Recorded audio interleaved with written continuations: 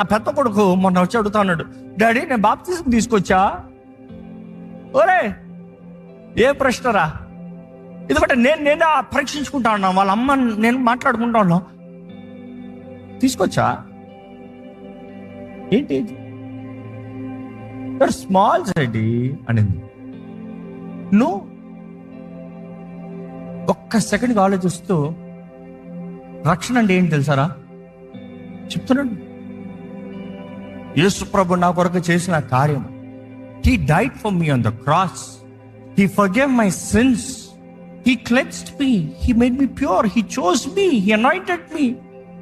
I am Zedek. God spoke my name before I was born. ఆడ మాటలు చెప్తా ఉంటే నాకు ఒక్కసారి conviction, why am I holding him? ఎందుకు ఆలోచన చేస్తున్నా? What is making me hold him? వాడు